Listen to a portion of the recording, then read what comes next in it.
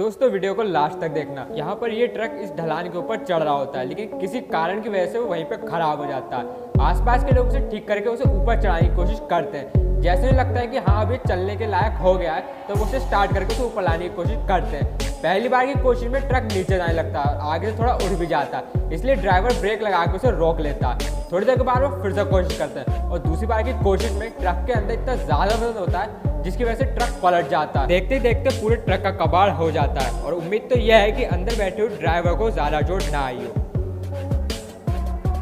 दोस्तों अगर वीडियो पसंद आए तो लाइक करें, चैनल को भी सब्सक्राइब करें और वीडियो के लिए।